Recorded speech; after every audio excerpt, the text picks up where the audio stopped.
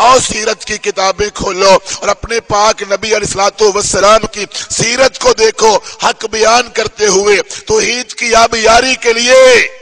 اپنے اللہ کے نام کو بلند کرنے کے لیے کتنی ماریں کھائی ہیں، کتنے دکھ اٹھائے ہیں، کتنی تکلیفوں کا سامنا کیا ہے، کتنے ستم ڈھائے گئے۔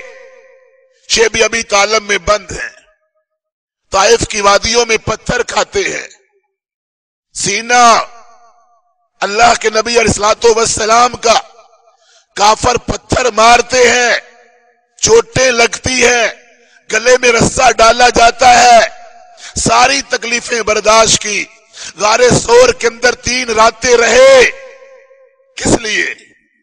یہ سب کچھ کیوں برداشت کرتے رہے؟ ایک اللہ کے نام کے لیے، ایک اللہ کی توحید کے لیے،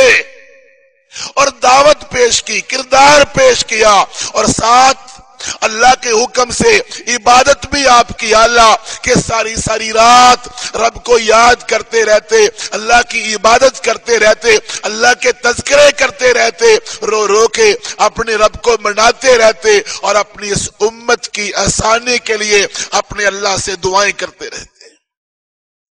تبلیغ بھی اعلیٰ، احساس بھی اعلیٰ، انداز بھی اعلیٰ، جہاد بھی اعلیٰ۔ مکہ چھوڑنا پڑا تو چھوڑ دیا، مدینہ طیبہ میں چلے گئے،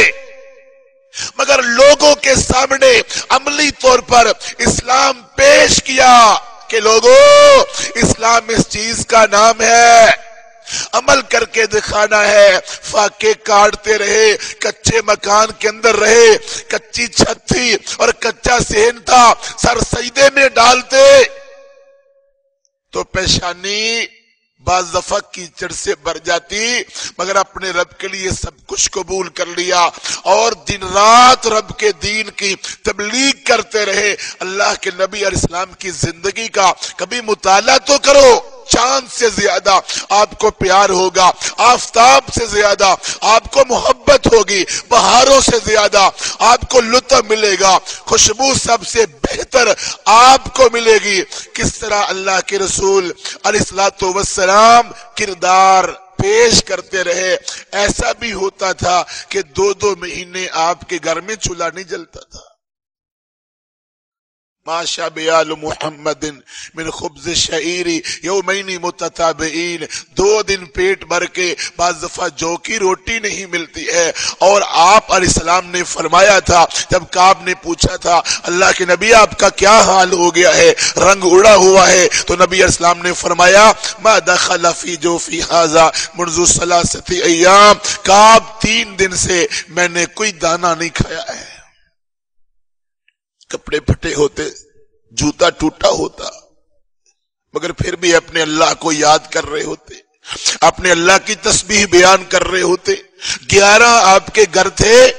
11 گھروں میں بعض دفعہ دودھ کا ایک پیالہ بھی نہیں ملتا تھا، اور کھانے کے لیے لقمے تک نہیں ملتے تھے۔ اللہ کے نبی اسلام نے یہ زندگی بسر کی، اور جب خندق کے میدان میں صحابہ کرام رضوان اللہ مجمعین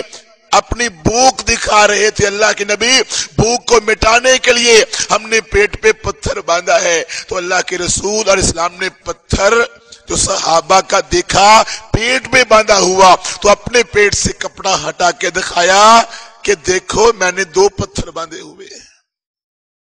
لَقَدْ كَانَ لَكُمْ فِي رَسُولِ اللَّهِ أُسْوَةٌ حَسَنَةٌ، لوگوں تمہارے لیے میرا رسول سب سے بہترین نمونہ ہے۔ مگر آج آؤ اپنی زندگیوں کا جائزہ لے، اٹھنے بیٹھنے کو دیکھیں، سوچنے کی انداز کو دیکھیں، اپنی تعلیم کو دیکھیں، اپنے کردار کو دیکھیں، کیا ہم نے سنت کو اپنایا؟